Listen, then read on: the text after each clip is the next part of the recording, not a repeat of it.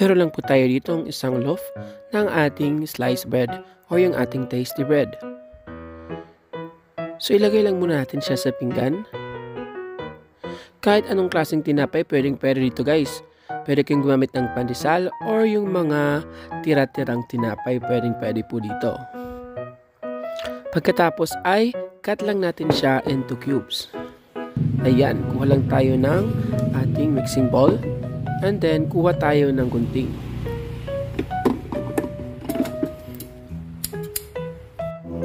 Pagkatapos ay ikakat lang natin siya into cubes. Ayan, nakadepende po sa inyo kung gaano kalalaking cut ang inyong gusto. Pero kailangan na medyo lakihan mo ng konti guys kasi ninipis pa siya pag itinoast natin or ipinanfry natin siya. Ayan, sabi ko nga kanina guys ay pwede po kayong gumamit ng kahit anong klaseng tinapay.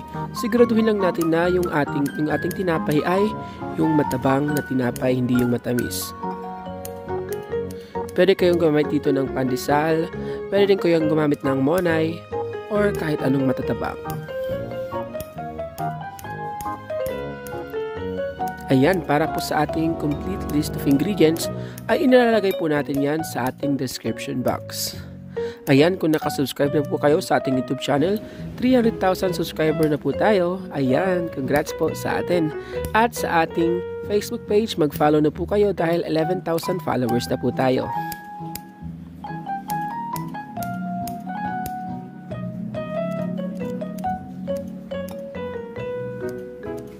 Ayan, so nakat na natin siya into cubes.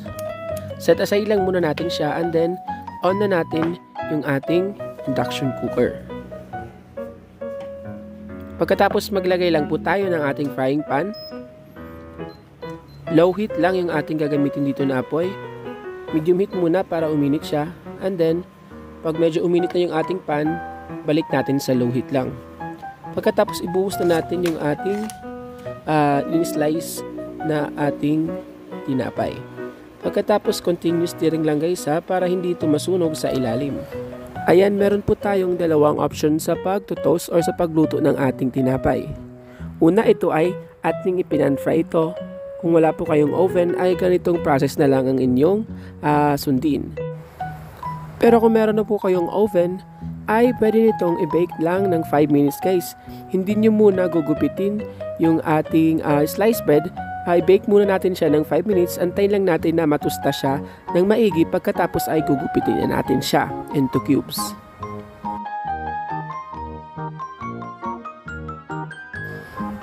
Ayan, dito po sa ating process ay okay na ito, tustang-tusta na talaga yung ating tinapay.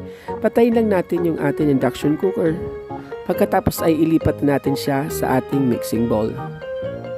Dahil meron pa po tayong gagawin na mas magpapasarap sa ating recipe.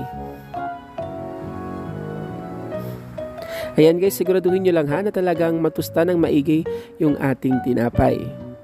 Para kumapit yung ating ilalagay mamaya. So ayan, on ulit natin yung ating pan o yung ating induction cooker. And then maglagay tayo ng 1/4 cup ng ating tubig. Maglalagay din tayo ng 1 cup ng ating brown sugar. And then tunawin lang muna natin yung ating asukal guys. At antayin nitong kumulo bago natin ilagay yung ating main ingredient. Ayan, pagkatapos ay ilalagay na natin dito yung ating isang sachet ng ating Milo.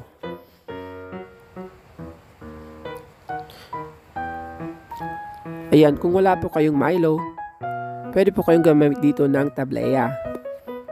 Pero mas masarap kung Milo guys. Pagkatapos ay haluin lang natin siya.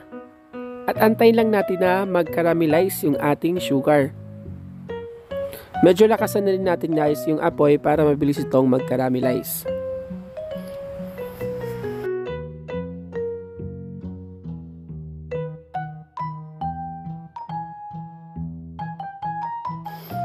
Ayan guys, lakasan na po natin yung ating apoy para mabilis itong mag-caramelize. Kailangan talagang mag-caramelize siya ng maigi guys para kumapit talaga dun sa ating tinapay yung ating sauce na ilalagay.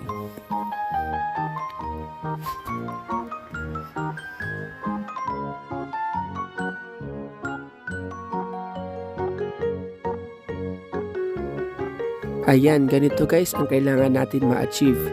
Patayin na natin yung ating induction cooker. Pagkatapos ay ilalagay na natin yung ating toasted bread. So ibuhos na natin siya agad-agad guys. Kasi mabilis siyang lumamig yung ating Milo. Kaya kailangan maibuhos siya agad and then haluin lang natin siya ng maigi.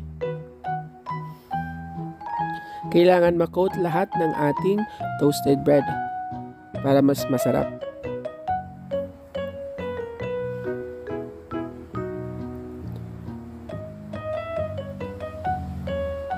Ayan, haluin lang natin siya ng maigi. Pagkatapos ay mag-plating na tayo at magtitikiman time na. O diba ang sarap? Di mo nga akalain. Tinapay lang yan.